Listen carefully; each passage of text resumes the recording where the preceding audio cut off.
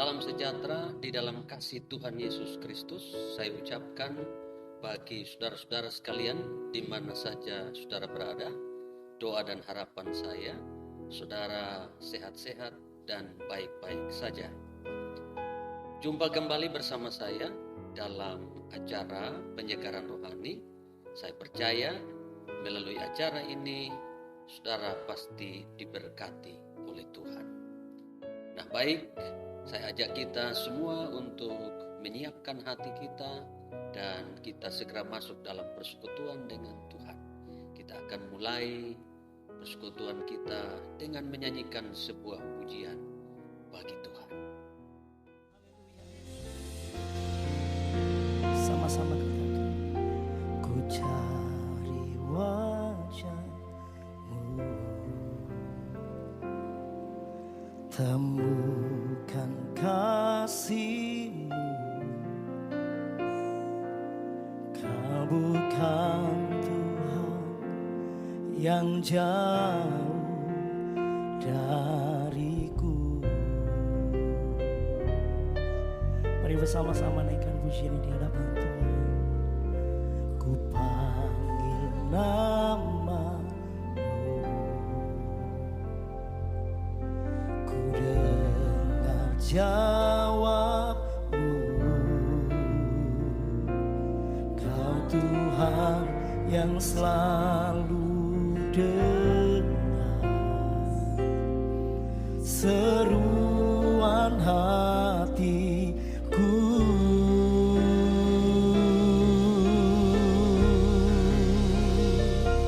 Sungguh indah Kau Tuhan, penuh kasih dan sayang. Kau tempat penghiburan bagi setiap hati yang terluka. Sungguh indah Kau Tuhan, menara perlindungan.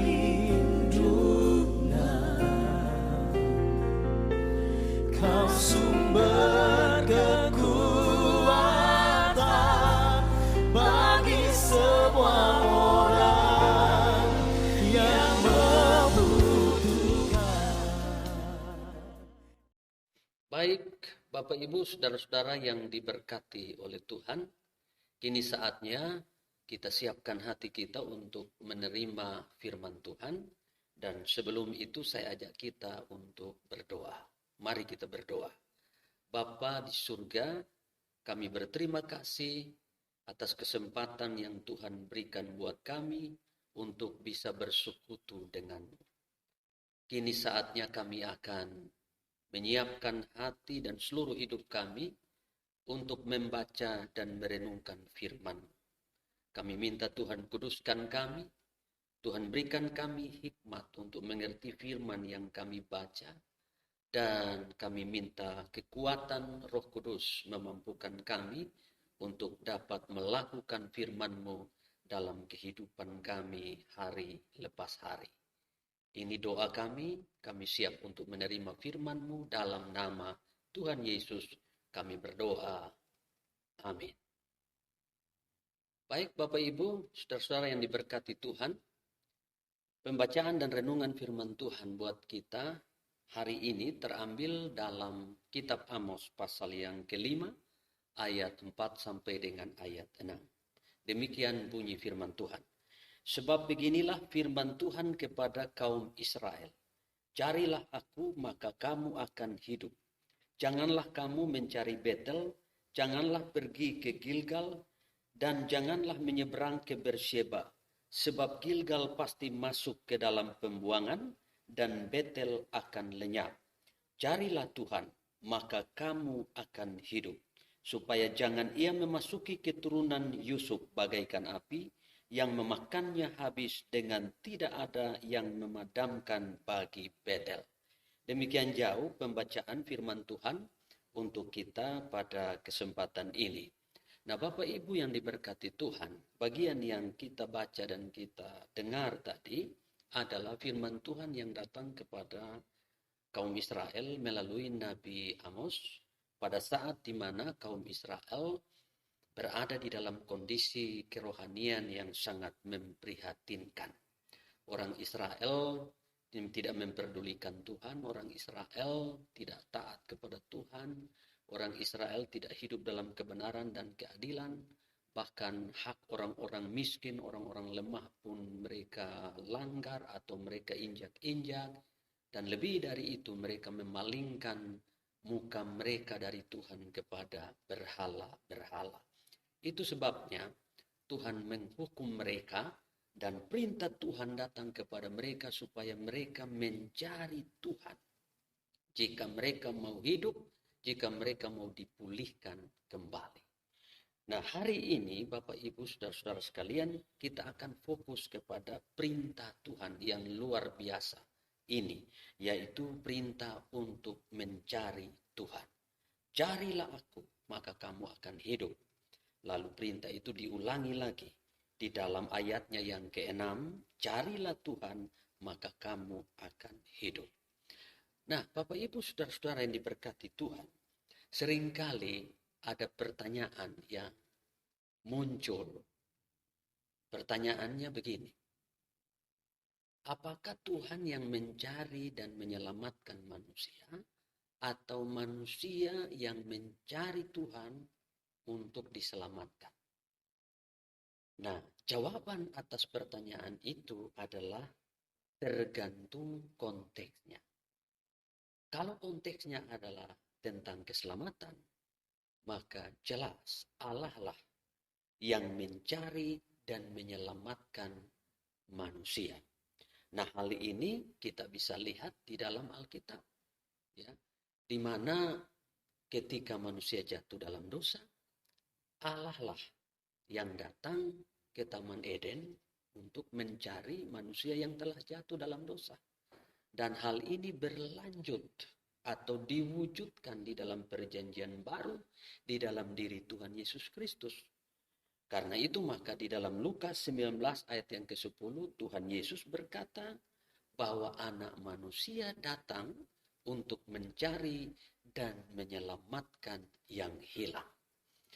Nah, tetapi kalau konteksnya itu bicara tentang respon manusia kepada keselamatan yang Allah kerjakan bagi manusia, maka mencari Tuhan itu adalah keharusan bagi saudara dan saya. Dan di dalam Alkitab, baik perjanjian lama maupun perjanjian baru, itu ada sejumlah ayat Alkitab atau ada sejumlah perintah Tuhan tentang mencari Tuhan. Misalnya di dalam Ulangan pasal 4 ayat 29, 1 Tawarik pasal 16 ayat 10 11, 2 Tawarik 7 ayat 14, Mazmur 105 ayat 4, Yesaya 55 ayat 6, Ratapan pasal 3 ayat 25 dan seterusnya. Lalu nanti di dalam perjanjian baru kita temukan hal yang kurang lebih sama, yaitu Matius 6 ayat 33, Kisah Rasul 15 ayat 14 sampai dengan ayat 17, dan Roma 3 ayat 11. Kalau kita baca di dalam ayat-ayat itu, kita akan temukan di sana ada perintah untuk mencari Tuhan. Nah, itu berarti bahwa mencari Tuhan itu adalah keharusan. Bahkan kalau saudara baca di dalam perjanjian lama, di dalam perjanjian lama mencari Tuhan itu adalah hal yang paling dasar dan penting, ya, dilakukan oleh umat Tuhan. Dan karena itu maka mencari Tuhan adalah suatu keharusan sebagai respon saudara dan saya terhadap pemilihan Allah, terhadap keselamatan yang telah Allah kerjakan di dalam hidup kita, terhadap kasih setia, anugerah dan kemurahan Tuhan yang berlimpah-limpah, yang tiada batas, yang terus-menerus, yang Tuhan nyatakan di dalam hidup kita. Nah, sekarang pertanyaannya, apa arti mencari Tuhan? Nah, saudara, di dalam Alkitab ada beberapa narasi yang kurang lebih menjelaskan tentang mencari Tuhan. Nah, mencari Tuhan di dalam Alkitab itu sinonim dengan misalnya mencari wajahnya. Mencari Tuhan juga sinonim dengan mencari kekuatannya. Mencari Tuhan juga sama artinya dengan mencari wajahnya. Mencari Tuhan itu sama dengan meminta petunjuk Tuhan, mengusahakan yang baik dan menjauhkan yang jahat. Karena itu di ayat-ayat sebelumnya firman Tuhan berkata bahwa carilah yang baik, ya, jangan yang jahat supaya kamu hidup. Itu artinya mencari Tuhan itu adalah saudara dan saya harus memiliki keputusan untuk mengutamakan Tuhan. Satu keputusan untuk bersekutu, berdoa, beribadah kepada Tuhan. Satu keputusan untuk mencari wajahnya, mencari hadiratnya. Satu keputusan untuk meminta petunjuk Tuhan. Apa yang harus kita lakukan di dalam hidup kita. Tuhan harus menjadi prioritas di dalam hidup kita. Kita tidak boleh lagi mengandalkan kekuatan kita sendiri. Tetapi kita harus mengandalkan kekuatan Tuhan. Kita tidak mengutamakan diri kita, kekuatan kita, pengalaman kita, pengetahuan kita, strategi kita, cara kerja kita. Tapi kita mengutamakan Tuhan. Nah, itu yang namanya mencari Tuhan. Nah, itu sebabnya di dalam perjanjian baru, di dalam Matius 6 ayat 33 dikatakan carilah dahulu kerajaan Allah dan kebenarannya. Nah, perintah itu sama dengan perintah carilah aku atau carilah Tuhan, maka kamu akan hidup. Nah, saudara-saudara yang diberkati oleh Tuhan, apa tujuan daripada kita mencari Tuhan? Di dalam pembacaan kita jelas tertulis di situ bahwa kita harus mencari Tuhan supaya kita hidup. Di dalam ayat yang ke-6 di situ dikatakan bahwa carilah Tuhan maka kamu akan hidup, supaya jangan ia memasuki keturunan Yusuf bagaikan api yang memakannya habis dengan tidak ada yang memadamkan bagi Betel. Jadi apa alasan kita mencari Tuhan? Karena Tuhan adalah sumber hidup kita. Mencari Tuhan berarti saudara dan saya mencari sumber hidup. Dan kalau kita menemukan hidup, maka saudara dan saya akan menikmati hidup itu. Bahkan bukan hidup yang sementara saja, tetapi hidup kekal. Saudara dan saya akan terima karena sumber hidup itu adalah Tuhan sendiri. Nah, saudara sekalian, hal ini jelas berlawanan dengan kalimat yang mengatakan bahwa supaya jangan ia memasuki keturunan Yusuf bagaikan api yang memakannya habis dengan tidak ada yang memadamkan bagi Betel. Jadi kalau kita mencari Tuhan, kita akan menemukan Tuhan, dan kalau kita menemukan Tuhan, kita menemukan hidup. Itu artinya kita tidak ditimpa dengan hukuman yang akan mengakibatkan kematian, terutama kematian kekal.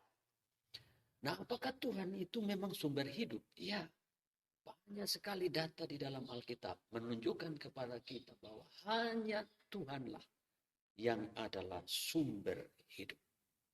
Tapi faktanya orang Israel malah bersandar kepada hal-hal yang bukan sumber hidup.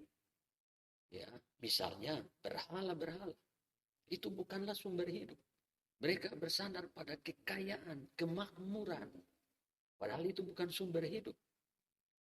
Hanya Tuhanlah yang adalah sumber hidup. Itu sebabnya Tuhan menghukum mereka dan memerintahkan mereka untuk cari Tuhan supaya mereka hidup. Cari Tuhan supaya mereka diluputkan dari penghukuman. Mereka dipulihkan dan mereka betul-betul boleh menikmati hidup yang diberikan oleh Tuhan. Nah, hal yang sama juga datang kepada kita semua. Kalau hari-hari ini saudara dan saya sedang tidak fokus kepada Tuhan, sedang tidak mencari Tuhan dalam hidup saudara, hari ini firman Tuhan datang kepada kita, mengarahkan kita untuk kita harus mencari Tuhan. Perintah Tuhan buat kita hari ini adalah kita harus mencari Tuhan. Sebab Tuhanlah yang adalah sumber hidup. Memang kenyataan menunjukkan kepada kita hari-hari ini bahwa ada banyak orang tidak menganggap Tuhan itu sebagai sumber hidup. Ada banyak orang bahkan rela untuk mengabaikan Tuhan dan mengandalkan hidupnya kepada materi, kepada harta, kepada uang, kepada kekuasaan, kepada prestasi dunia, kepada kekuatan dirinya sendiri. Karena mereka pikir semua itu adalah sumber hidup bagi mereka. Semua itu akan mendatangkan kehidupan yang berkelimpahan buat mereka. Padahal saudara tahu bahwa hanya Tuhanlah yang adalah sumber hidup. Yesus di dalam Yohanes pasal 10 ayat 10 berkata, pencuri datang hanya untuk mencuri, membunuh, dan membinasakan. Tetapi aku datang supaya mereka mempunyai hidup dan mempunyainya dalam segala kelimpahan. Hidup yang dimaksud di sini adalah melampaui hidup yang sementara ini, yaitu hidup kekal. Dan hidup kekal itu hanya pemberian Tuhan bagi saudara dan saya yang percaya kepada Tuhan dan hidup mencari Tuhan selama di dunia ini. Karena itu Bapak Ibu Saudara sekalian, mari kita bertobat dari segala perbuatan-perbuatan kita yang membelakangi Tuhan. Kita harus bertobat dari perbuatan-perbuatan kita yang mengabaikan Tuhan. Kita kembali kepada Tuhan, merendahkan diri, mencari wajahnya, bertobat dari segala perbuatan-perbuatan dosa kita, supaya Tuhan pulihkan kita, supaya kehidupan yang dari Allah kembali diberikan kepada kita, baik kehidupan yang sementara ini, terlebih lagi kehidupan kekal yang dijanjikan bagi setiap orang yang percaya, yang mengasihi Dia, yang sungguh-sungguh mencari Dia. Inilah kebenaran firman Tuhan yang boleh saya sampaikan buat kita semua pada kesempatan ini. Doa saya, firman Tuhan ini membawa kita kembali ke jalan Tuhan dan membawa kita untuk ingat akan Tuhan dan hidup mencari Tuhan selama kita hidup di dunia ini. Haleluya. Tuhan Yesus memberkati kita semua. Baik Bapak Ibu, saudara-saudara yang diberkati Tuhan, saya ajak kita untuk arahkan hati kepada Tuhan dan kita akan berdoa bersama-sama. Mari kita berdoa. Bapa di surga, terima kasih untuk firman-Mu yang sudah datang kepada kami, memerintahkan kami untuk mencari Tuhan, sebab Engkaulah sumber hidup kami satu-satunya. Meteraikan firman-Mu di dalam hati, pikiran, dan seluruh hidup kami. Mampukan kami ya Tuhan, untuk kami bisa mengabaikan segala sesuatu demi mencari Tuhan. Sebab Engkau Tuhan tak tergantikan di dalam hidup kami. Hamba berdoa secara khusus untuk mereka yang mengikuti acara ini. Kalau hari-hari ini mereka mengabaikan Tuhan, ampuni mereka, bawa mereka ke jalan pertobatan. Kalau hari-hari ini mereka sedang mencari Tuhan, semangati mereka Tuhan, supaya mereka terus mencari Tuhan selama hidup mereka. Kami percaya bahwa tidak sia-sia orang yang hidup mencari Tuhan. Terima kasih banyak Bapa di surga untuk kesempatan yang berharga Tuhan berikan bagi kami untuk bersekutu denganmu melalui acara ini. Kami akan akhiri acara ini dan mari ulurkan tanganmu atas setiap mereka yang mengikuti acara ini dan memberkati mereka. Tuhan memberkati engkau serta melindungi engkau. Tuhan menyinari engkau dengan wajahnya, memberi engkau kasih karunia.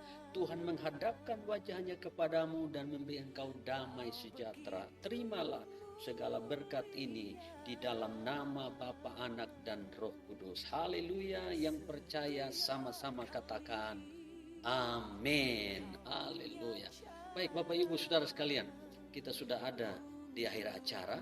Dan kami tak lupa ingatkan Bapak Ibu, kalau Bapak Ibu diberkati melalui acara ini, Bapak Ibu bisa bagikan sebanyak-banyaknya kepada orang lain, supaya orang lain pun bisa diberkati melalui acara ini. Dan jangan lupa ikuti terus penyegaran rohani FPL. Doa saya buat saudara, Tuhan Yesus memberkati. Dalam-Mu Tuhan kan menjadi nyata.